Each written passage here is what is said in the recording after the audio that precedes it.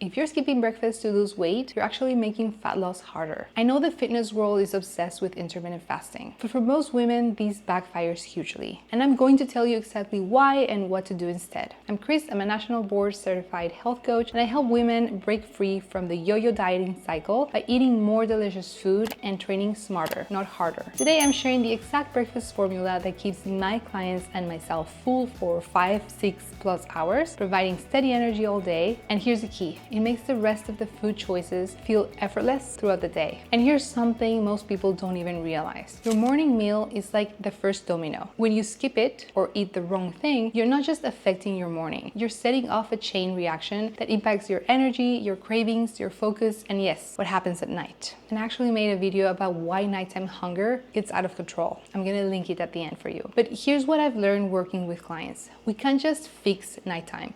We have to start fixing the morning first. We have to start with the morning, because when you nail breakfast, the rest of the day gets much easier. Your blood sugar stays stable, your hunger stays manageable, and you're not white knuckling it by 8 p.m. So let's talk about what's actually happening when you skip that morning meal, especially if you're a woman. When you wake up, your cortisol, which is your stress hormone, is naturally at its highest point of the day, and that's normal. It's what helps you get out of bed, have energy, but if it's too low in the morning, it's worth looking into. But here's what happens when you don't eat. That cortisol stays elevated longer than it should. Chronically elevated cortisol tells your body two things: hold on to belly fat and break down muscle for energy, neither of which we want. Now add this on top. When cortisol is high and blood sugar is low because you haven't eaten, your body starts looking for quick fuel. That's when your cravings hit. That's when you reach for the pastry at the office or the granola bar in your desk drawer. And here's the part that doesn't get talked about enough. Women's bodies are more sensitive to these signals than men's. Our hormonal systems are finely tuned. When we consistently skip meals, especially breakfast, our bodies can interpret that as stress signal, and chronic stress signals can disrupt everything: thyroid function, your menstrual cycle, your energy, your metabolism. This is why intermittent fasting works differently for women than it does for men. What works for your husband or your male coworker might actually be working against yourself. Now, I want to be clear, I'm not saying intermittent fasting is bad for everyone. Some women do great with it. But here's who it often backfires for: women who are already under eating, women who are stressed, women who are doing a lot of intense exercise, women who are stuck in the yo-yo cycle, and women whose cycles are irregular or missing. If that sounds like you, fasting may be adding fuel to the fire, not helping you lose fat. So here's my take. A natural overnight fast of 12 to 14 hours, that's totally fine. You sleep, you wake up, you eat within an hour or two. That's not restrictive, that's just life.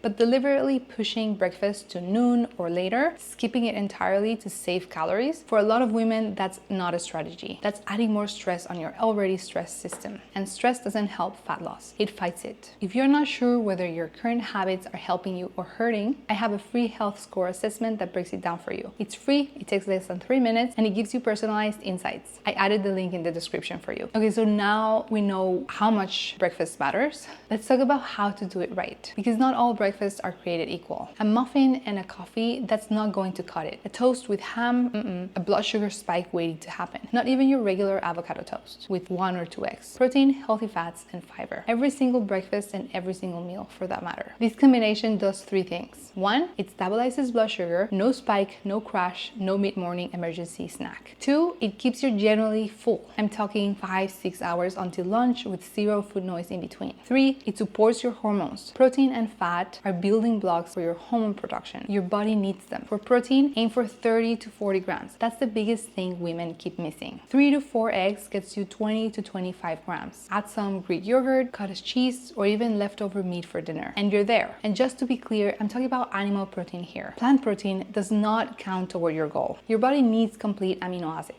and animal sources give you that. I put a protein cheat sheet in the description to make this a little bit easier for you. Healthy fats. This is what makes it satisfying. Add half an avocado, throw in some nuts or cheese. Fat slows digestion and keeps hunger away. Not to mention it is super important for hormonal health. And now fiber. This is where vegetables come in. Yes, at breakfast.